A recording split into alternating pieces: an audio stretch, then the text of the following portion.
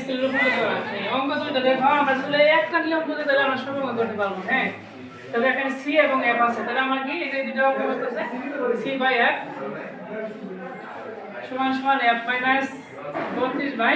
9 এখানে তোমার দেওয়া আছে কি এখানে দেওয়া আছে তোমার সি সমান 37 ডিগ্রি সেলসিয়াস আর এফ সমান কি তোমার ওয়াট তাহলে আমরা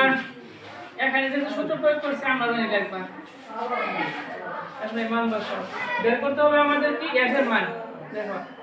সি বাই 5 9 এর পাশে তোমার কি ভাগ আকারে এই পাশে আসলে তোমার কি গুণ আকারে তাহলে এখানে থাকলো f মাইনাস 32 দেখো সি এর মান যা বসাই দিই সি এর মান 37 ডিগ্রি 37 5 ইনটু 9 এখন দেখো 9 সমান থাকলো 32 এখন আমরা ভাগ করি 37 এর দেখো এই 37 এর 9 দিয়ে গুণ করলে আমরা পাইতেছি 333 333 এর 5 দিয়ে ভাগ করলে পাইতেছি আমরা 66.67 সমান f মাইনাস 32 দেখো 66.67 এই পাশে f মাইনাস 32 আছে এবারে প্লাস 32 সমান সমান f এখন আমরা যোগ করি